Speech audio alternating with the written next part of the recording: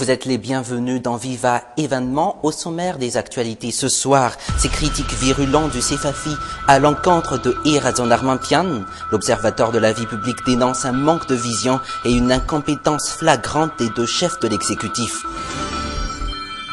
Remaniement ou pas, le compte à rebours commence pour les membres du gouvernement. Koul Roger remettra d'ici peu au chef de l'État le résultat des évaluations de son équipe. Deuxième journée plutôt calme dans les écoles primaires publiques de la capitale. Calme mais avec des bancs vides. Des écoliers ont été refoulés faute d'avoir payé les 20 000 arrières de cotisation. Et à l'étranger, ce cas d'Ebola en Espagne, une deuxième probable contamination a été annoncée.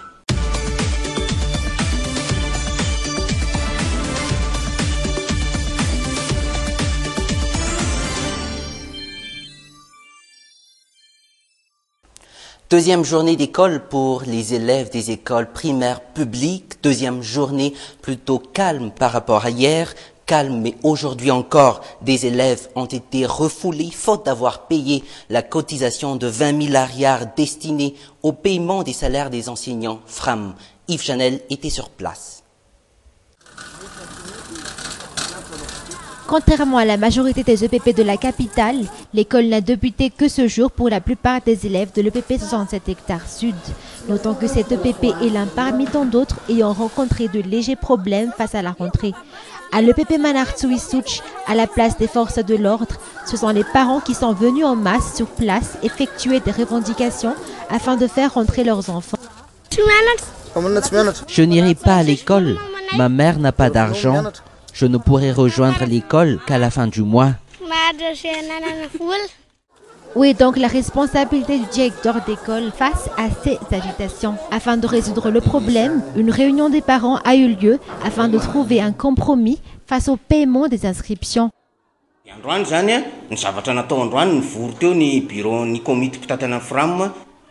Aujourd'hui, nous nous sommes réunis avec le bureau et les enseignants FRAM et on leur a dit que le directeur n'a rien à voir avec cette question de cotisation.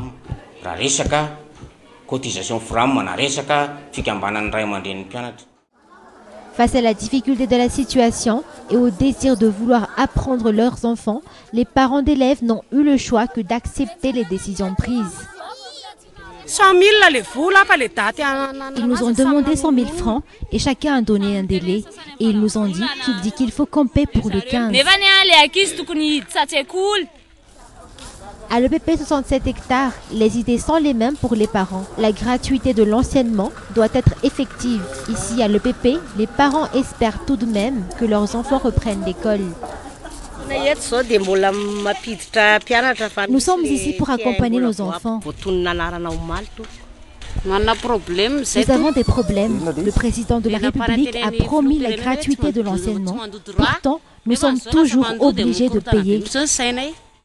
Désespoir pour ses parents ces 2 derniers jours face à la promesse non tenue du ministère de l'Enseignement. Notons que jusqu'ici, le nombre d'élèves n'ayant pas repris l'école ces 2 derniers jours n'ont pas encore été pris en compte. Page politique à présent, une république bancale. Le CFAFI, l'Observatoire de la vie publique, dénonce avec sévérité l'inaction du pouvoir exécutif, le retard de la mise en place des autres institutions prévues par la Constitution, une incompétence flagrante reprochée au chef du gouvernement et une manque de vision attribuée au président de la République. Les détails.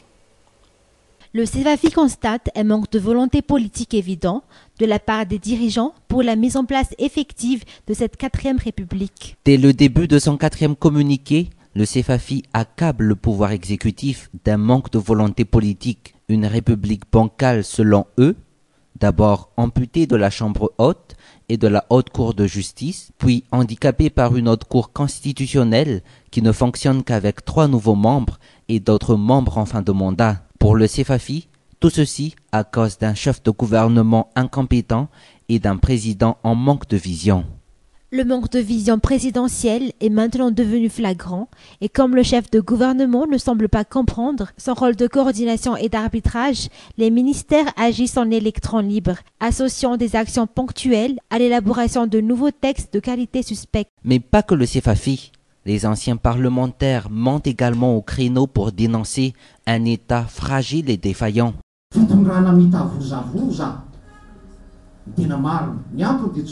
C'est un pouvoir défaillant. Pourquoi attendre lorsque les bailleurs traditionnels ne nous donnent pas de financement? Le gouvernement devrait mettre en place depuis des mois un plan d'urgence. Nous sommes aujourd'hui à 8 mois. Nous proposons la mise en place de la conférence des amis et bailleurs de Madagascar. La conférence des bailleurs et amis des bailleurs de fonds de Madagascar à Pierre-Cusa-Wadiou. Défaillance et inaction, le désespoir commence à gagner du terrain auprès de l'opinion.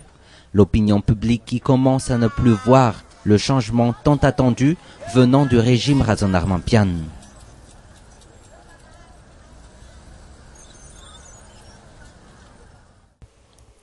Et face à ces constats virulents des anciens parlementaires et surtout du CFAFI, et Razanarmampian riposte en évoquant la liberté d'expression. Le chef de l'État semble prendre à la légère les critiques à son encontre et à celui de son gouvernement. Je vous propose d'écouter le chef de l'État au micro de Touv Rakoudnjavoundi. À Madagascar, tout le monde peut s'exprimer librement. Seulement, il faut parler de ce qui se passe réellement. On est libre de s'exprimer, mais personnellement, je souhaite la préservation du Fiavanan et que cela se fasse pour le bien de la nation et non pour le compte d'une seule personne ou d'une seule entité. Et toujours dans les actualités politiques, Koul Roger se dit prêt à quitter Mazoariv, mais seulement ses proches au sein du HVM, le parti au pouvoir, n'arrivent pas toujours à constituer une alliance politique. À moins d'une semaine de la fameuse convention du 14 octobre, l'invitation de Riv Rakoudvau et consorts ne trouve pas toujours preneur. Touv Rakoudnjavoun et Nzar Ranjiantsu. Le compte à rebours commence pour l'équipe de Koul Roger. Le chef du gouvernement remettra d'ici peu au chef de l'État le rapport de l'évaluation de son équipe. Confiant, Koul Roger se dit prêt à quitter Mazoariv.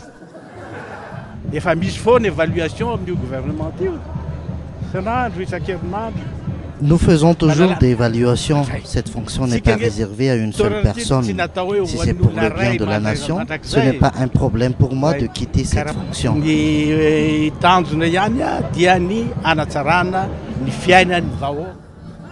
Pourtant, ces équipes au sein du HVM n'arrivent toujours pas à constituer une nouvelle coalition forte après l'éclatement de la PMP, la plateforme dite de majorité présidentielle, constituée avec la mouvance Ravalmanan et qui était chargée d'éliminer le Mapar.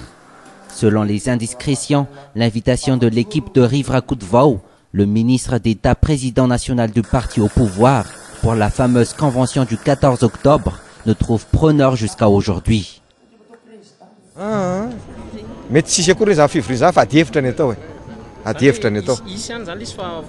Cette réunion ne pourra pas avoir lieu. Nous allons peut-être débattre au sein du HVM. Nous nous posons une question, comme quoi les gens hésitent d'apporter son soutien au président. Cela ne veut pas dire que tout le monde sera nommé ministre. Le 14 octobre prochain, le HVM tente de combler le vide laissé par le Mapar, la famille politique du chef de l'État qui l'a écarté au début de son mandat. Le foncier levier du développement, le parvis de l'hôtel de ville, Anna Lakil, ouvre ses portails à la semaine du foncier, une semaine de conférences et de débats sur les principaux problèmes fonciers, le projet de réforme foncière du gouvernement et le droit foncier, un droit que beaucoup de gens ne disposent même pas. Si par hasard ils en ont, ils les exercent sur une infime surface, comme ce reportage de Touv Rakoudnjavoun le montre sur les images de Nzar Ranjiantsu. Non loin de la capitale, aux environs de Bypass, certaines personnes vivent toujours de l'agriculture.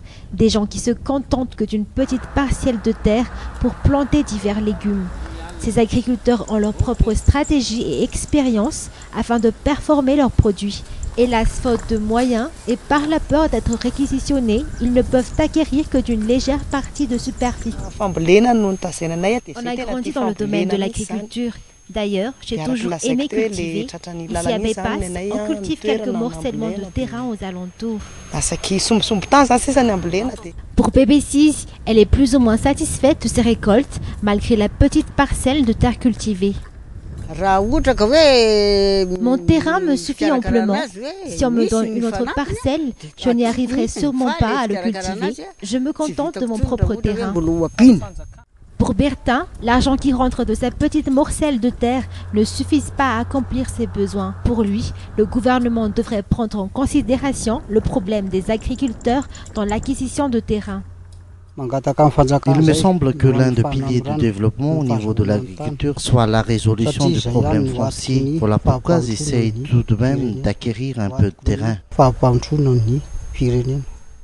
Face à la saturation de la ville, nombreux malgaches désirent s'acquérir de terrain. Non seulement l'un des problèmes réside sur la difficulté des papiers à fournir afin d'acheter ou de demander quelques morcellements de terrain, mais aussi et surtout la quasi-existence de la corruption dans certaines institutions. Sur ce, l'équipe vous donne rendez-vous demain. Excellente soirée en compagnie de Viva.